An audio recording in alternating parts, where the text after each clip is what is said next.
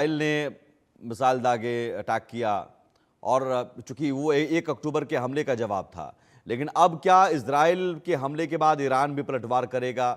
और वो भी तब जबकि अब सुप्रीम लीडर सर्वोच्च जो नेता है वो बीमार पड़ गए, गंभीर तौर पर बीमार पड़ गए। ये न्यूयॉर्क टाइम्स की रिपोर्ट का दावा है। और इस बीच अब उत्तराधिकारी की तलाश तेज है, तो डिसीजन लेने में तो कहीं ना कहीं एक असमंजस की स्थिति होती है। देखिए, खुमैनी जो उनका जो बेटा है, ये सेकंड एल्डेस्ट बेटा है उनका, मुज्तबा। ये बहुत इन्फ्लुएंस रखता है खुमैनी की सोच पर। और जो इंटेलिजेंस रिपोर्ट्स सामने आई हैं, ये काफ़ी एक्टिवली इन्वॉल्व है। जो भी डिसीशंस आज खुमैनी लेते हैं, और ख़ास तौर पे अगर हम इज़राइल के बारे में बात करें, तो ये बहुत ही क्लोज है खुमैनी से। और पॉसिबिलिटी है कि खुमैनी को अगर कुछ हो जाता है तो मुज्तबा ही आएंगे। दूसरी इम्पॉर्टेंट चीज़ ये है कि ये ऑलरेडी इन्वॉल्व हैं हर एक डिसीजन मेकिंग में। तो मैं नहीं समझता कि खुमैनी के जाने के बाद कोई भी वॉइड आएगा as far as decision making is concern. तीसरी बात, आपका जो स्पेसिफिक पॉइंट है कि अभी जो एक रिटेलिएशन की तरफ हम इसको देखते हैं। देखिए, आपने इसको ईरान को इतना ज्यादा नुकसान नहीं पहुंचाया। 20 मिलिट्री साइट्स के ऊपर अटैक हुआ है, ये इजराइल का दावा है। और 3 शहर टारगेट हुए हैं, तेहरान, इलम और खुजेकिस्तान। तो ये तीनों एरियाज को अगर हम इसका जायजा लें, तो यहाँ पे एयर डिफेंस सिस्टम्स लगे हुए हैं, मिसाइल बेसिस हैं और ड्रोन साइट्स हैं। तो खास तौर पे जो इन एरियाज के ऊपर टारगेट हुआ है, तो जो उनकी मिसाइल बनाने की क्षमता है, इजराइल का दावा है कि वो क्षमता को कम किया गया है। पर मैं इसके ऊपर प्रश्न चिन्ह इसको लगाना चाहूंगा, क्योंकि जितने भी ये मिसाइल साइट्स और बेसिस हैं, ये सारे अंडरग्राउंड हैं और इनको इतना आसानी से नष्ट नहीं किया जा सकता है। क्योंकि अगर इनके पास जो बॉम्ब्स हैं इस टाइप के, जो आपके अंडरग्राउंड भी जाते हैं, तो वो 30 मीटर तक ही पहुंच पाएंगे। और जो इंटेलिजेंस रिपोर्ट के हिसाब से ये 30 मीटर के और भी अंदर है।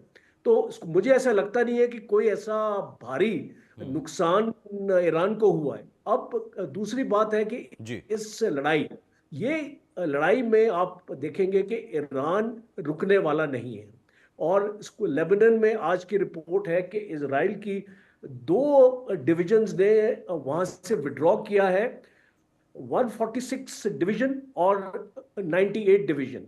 और इस खास तौर पे जो 98 डिवीजन है, वो इनकी स्पेशल फोर्सेस की डिवीजन है, जिसमें काफी कैजुअल्टीज हुई हैं, ये जो सुनने में आया है। तो अगर ये लड़ाई इस तरीके से चल रही है कि उसमें आईडीएफ की भी कैजुअल्टीज हो रही हैं, और साथ साथ हजबुल्ला को स्ट्रेंथन करने की बातचीत हो रही है सीरिया के थ्रू, और ये जो पूरा जो आपका नेक्सस आपका बना हुआ है, जी।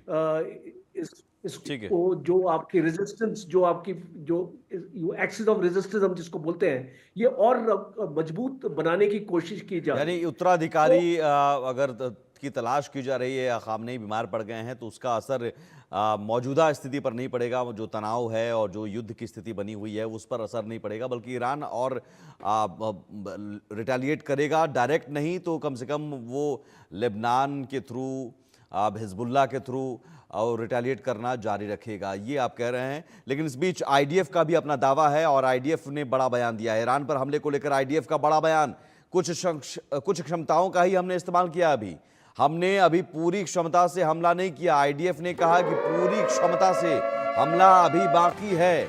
और आप अंदाजा लगाइए कि इस बयान का मतलब क्या, क्योंकि सैन्य ठिकानों पर अभी एयर स्ट्राइक किया गया, लेकिन उसे लेकर आईडीएफ ने कहा है, आईडीएफ का दावा है कि हमने ये ट्रेलर दिखाया है पिक्चर अभी बाकी है, हमने पूरी क्षमता से हमला अभी तक नहीं किया है।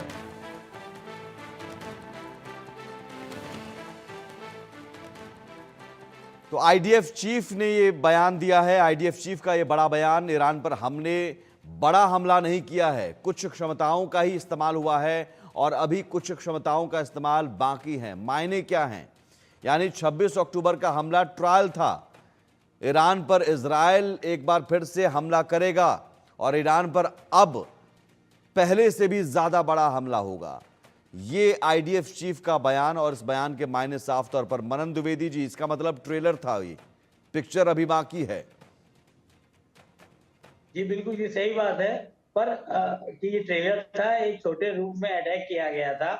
पर सबसे बड़ी बात मैं ये यहाँ पर रखना चाहूंगा, मुझे ऐसा लगता है कि जिस तरीके से कन्वेंशनल और सिमेट्रिक वॉर पहले होते थे, जैसे कि ट्रेंच फाइटिंग होती थी, दो आर्मर्ड कैरियर व्हीकल्स होते थे जो सेनाओं को, सोल्जर्स को फ्रंट पे उतारते थे, और ट्रेंच फाइटिंग होती थी, बेनेट फाइटिंग होती थी, और ट्रेंचेस में से फायरिंग होती थी, और उसके बाद से एयर कवर लेकर फायर होता था। ऐसा ये युद्ध नहीं होने वाला है, और इसमें बहुत कुछ एसिमेट्रिक वॉरफेयर के जो आयाम में शामिल हो चुके हैं, जैसे कि साइबर वॉरफेयर, आपके हॉस्पिटल्स और एजुकेशन नेटवर्क पे, आपके इंडस्ट्रियल मल्टीनेशनल कॉरपोरेशन के नेटवर्क को लुंज-पुंज बना देना, वायरस छोड़ देना। तो एक तरीके से ये पूरी तरीके से कंपोजिट वॉरफेयर है। और सबसे बड़ी बात मैं यहाँ पर ये कहना चाहूंगा कि कॉन्सेप्ट है जो अमेरिकन स्कॉलर्स ने, एकेडेमिया ने दिया है, जो कि काफी मुख्य है, गौण नहीं है, क्योंकि एकेडमिक को ऐसा नहीं माना जाए, वो है पेरिफेरी सिंड्रोम।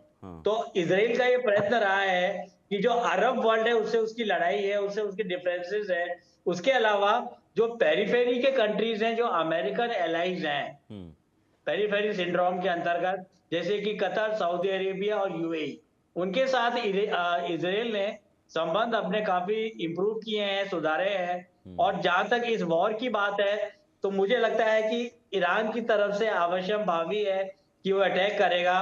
पर कहीं ना कहीं ईरान ने भी ये बात सामने रखी है, सऊदी अरेबिया, कतर और यूएई के सामने, जो कि अमेरिकन एलाइज हैं, कि वो बातचीत करना चाहते हैं और इजराइल के साथ ये जो अनएंडिंग वॉर है, ये जो